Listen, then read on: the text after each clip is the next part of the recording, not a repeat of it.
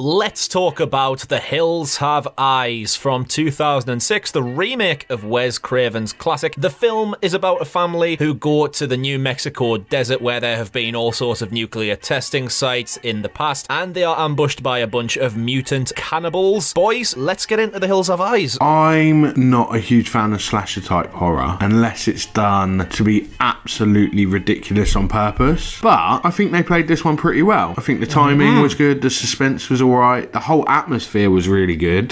They didn't do loads of cliches just for the sake of it, which I thought was quite decent, although I did think that the whole setup is literally because they just trusted a stranger about a shortcut, and it was a place where atomic bombs were tested creating mutants with a lust for bloodshed. But overlooking that kind of pretty shit plotline and stupidity, I think it was played really well. Yeah, it was alright, wasn't it? It started off like, it seemed like there was going to be a lot of cliches with the characters. There seemed it was going to lead into, it was going to be funny, but it didn't happen at all. Quite a serious film, to be honest.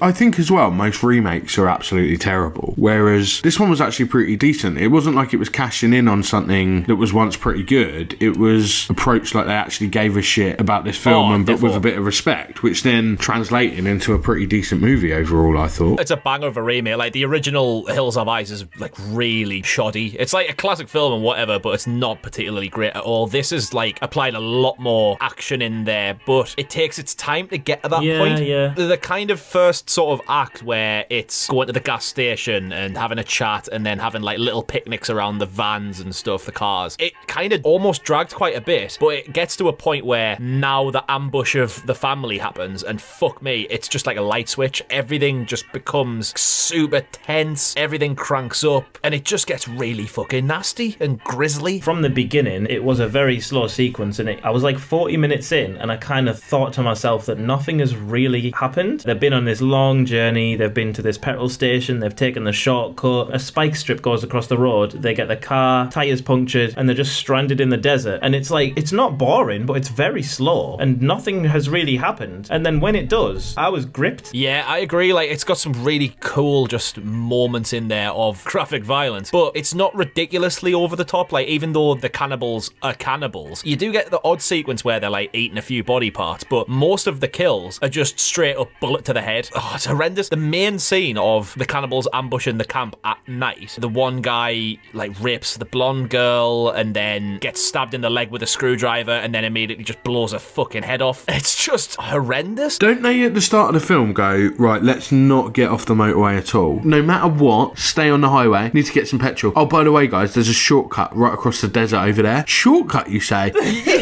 Oh, yes, okay.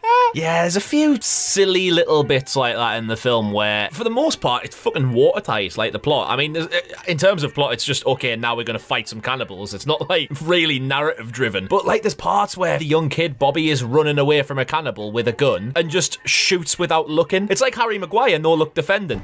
But I think over the last 6 months, I think he's gone on to another level. Like, what?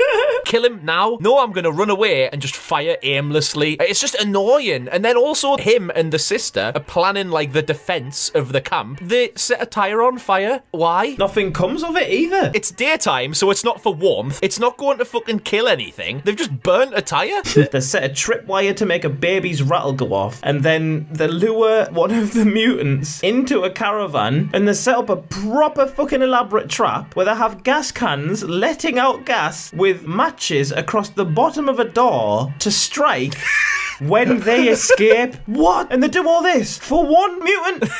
I think the main critique that I've got of this film is the mutant family. I don't really feel like they're, like, particularly intimidating at all. They're obviously chasing them down. They're not that great. And the feeling of the film and the atmosphere was pretty well done, but the family themselves aren't driving any of that. It's actually just how it's shot. They don't really feel like a family at all. There's no, like, group feeling to them that would create this whole, like, terrifying pack thing. Because they're mutants, they don't have much sense to them. So you can't even connect to them in some, like, this is a well thought out plotting to murder everyone type vibe. They're just savages, aren't they? It's funny because you say that, but on the flip side, I don't feel like the human family feels much like a family. Because, like, the dad dies, and then basically his wife just goes, ah, not my Bob. That's my Bob.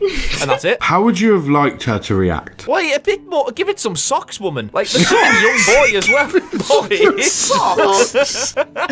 Bobby has to carry the corpse of his mother and plant her in the back of the car. He just does it. No emotion. Well, mate, he does give it a bit of emotion. He goes...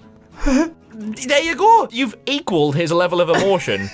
A bird, the parrot. Oh. Is it a parrot or a budgie? I don't know, mate. It's a bird. Comment down I'm below sure what there's this is. someone really fucking irritated as soon as you said a parrot. I think you'll find it's a parakeet. Aviary Joe in the comments down below. Aviary Joe. Can you imagine? He's just gone through all these career options and just landed on parakeet keeper. This fucking bird just gets Capri Sun. hell. Wow. That was horrible, by the way, but I think it looked sick. I wonder in these horror movies, like, if you've got a chance to kill whatever's trying to kill you, why would you just stab them once or twice and see what happens? Or mildly injure them and then try and run away? You say that, but in the case of the final boss, Cannibal, gets 3 direct shots from a shotgun, one of which is to the throat, after he's just been twatted 15 times and is still alive. And even Doug checks to see if he's dead or not and is satisfied in that moment he's dead. That gets me a little bit, because, like, you know, right at the beginning of the film, we see some people in hazmat suits taking samples from the desert, and then they suddenly get absolutely fucking murdered by some deformed people with super strength. They have a pickaxe. They smash these people in and then lift the bodies of the people. They are really, really fucking strong. And then later on, they're just mildly stronger than an average human. I realised, like, you know, at the end, being shot in the throat would be enough to probably terminate someone relatively quickly, but most of the other stuff, when they have a chance, well, like you said earlier, like, one guy gets stabbed with a fucking screwdriver. You're not going to stab someone with a screwdriver once. I just find it really infuriating to watch. I just think it's so stupid. I think a lot of films just decide to remove common sense to extend the runtime of films. That's what it is. It's just milking it for longer. Yeah, it feels like it in this film in particular because there's so much. I'm going to go off and look for help. You're in the middle of the bastard desert. You're not going out by yourself. Go out with a friend or go as a group. You know what I mean? Like, Doug goes off not once but twice. First time he finds a crater full of all the cars and somehow just starts bringing home badminton sets. Fucking great. And then the dad goes out and back at the gas station again for help and ends up dying. Yeah. It's silly. It's a bit silly. And then, right at the end, oh my goodness, the hills have binoculars now. And we can come back and chat about that because The Hills Have Eyes 2 is actually, it's half decent. Well, you've just reviewed it. We don't need to come back to it. The Hills Have Eyes 2 might be decent. We'll find out at another point in time. Overall, The Hills Have Eyes 2006. Yeah, I like it. It's got a few, like, almost pacing issues at the start, but it does come into its own by the end. I think that characters are okay. Doug's pretty cool, but it doesn't have much to him. Action and the violence is spot on. I love the sets. I think the location work in the desert looks sick, and then when Doug goes to like the nuke town, I think it looks like really cool the way they've like done that. Yeah, it's solid. It's a really solid remake. It was really good. It took a long time at the beginning to get to the rest of it, but you can kind of forgive that because the second act of the film was incredible. And the third? Nah, it was shit, mate. I didn't watch it.